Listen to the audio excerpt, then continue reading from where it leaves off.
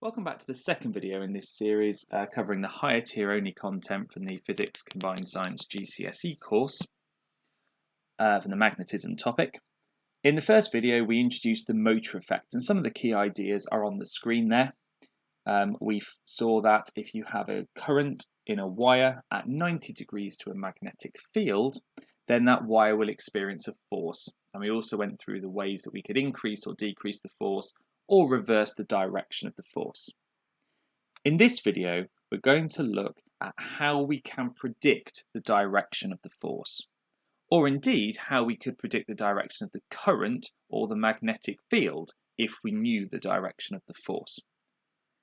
Now, the rule that we use to do this is called Fleming's left-hand rule. And the reason it is called Fleming's left-hand rule is because you actually use your left hand in order to show you the directions of the different quantities.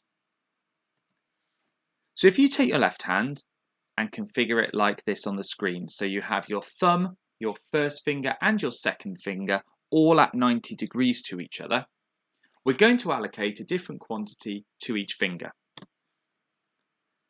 So your first finger represents the direction of the magnetic field.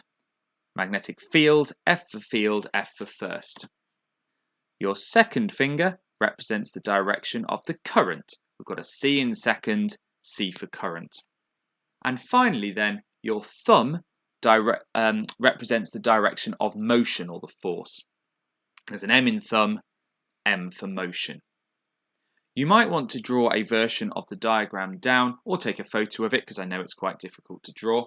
And what we're going to look at next is actually some examples of applying this.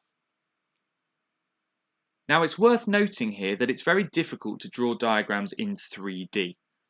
And so what they tend to do in exams is not try to draw 3D pictures.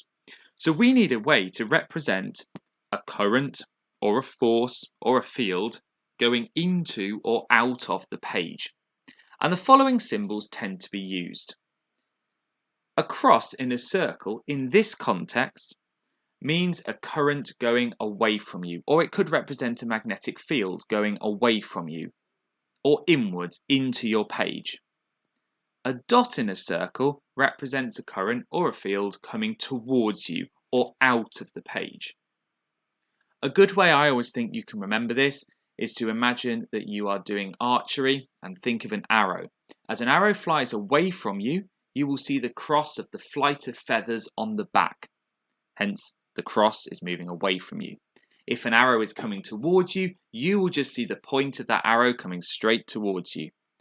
Hence, the dot in a circle represents something coming towards you. Let's have a look at an example to actually show you how we will apply this.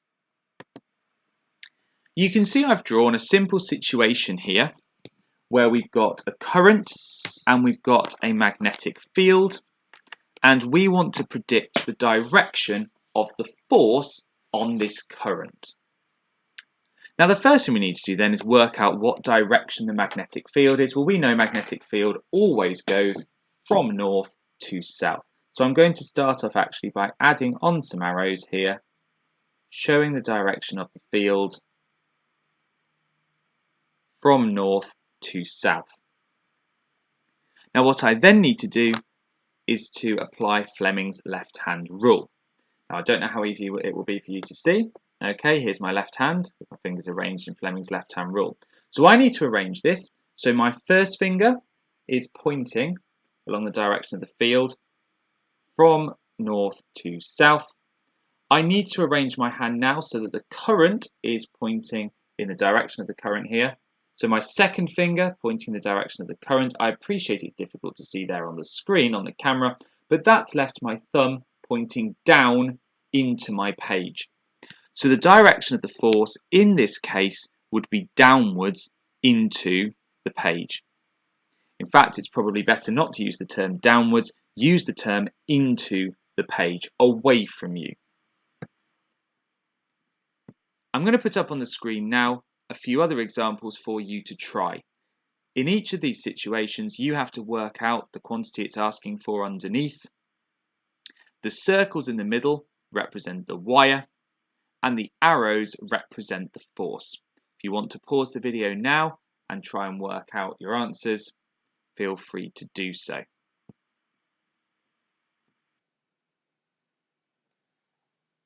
Okay, let's have a check of our answers. In question 1, we can see that the magnetic field from north to south is downwards, so we arrange our first finger pointing downwards. The force or the motion is to the right, so we make sure our thumb is pointing to the right, and that leaves our second finger representing the current coming out of the page. So the answer to question 1 would be out of the page. Question 2, the magnetic field is pointing upwards from north to south. The motion is to the right, and so that leaves our second finger representing current into the page. The answer to question 2 is into the page. Question number 3, we've got a field downwards from north to south. We've got a current going into the page, and that leaves our thumb representing the motion pointing to the left. So the answer is left. In question 4, we've got a current coming outwards. We've got a motion to the left, and that leaves our first finger pointing upwards, meaning that the north pole is at the bottom and the south pole is at the top. Question 5, we have a field going from north to south upwards. We've got a current out of the page, and that leaves our thumb representing the force or the motion to the left. The answer is left. And finally, for question 6, current is inwards. We've got a force or motion to the right. That leaves our magnetic field pointing upwards. And so therefore, we've got our north pole at the bottom and we've got our south pole at the top.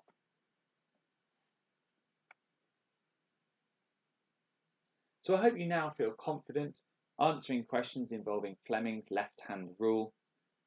If you're still not confident, my suggestion is that you complete some practice exam questions on this topic, because the more you practice it, the more confident you'll be applying Fleming's left-hand rule. And in the next video, we're going to look at the equation that we can use to work out the size of the force acting on the wire in the magnetic field. See you in the next video.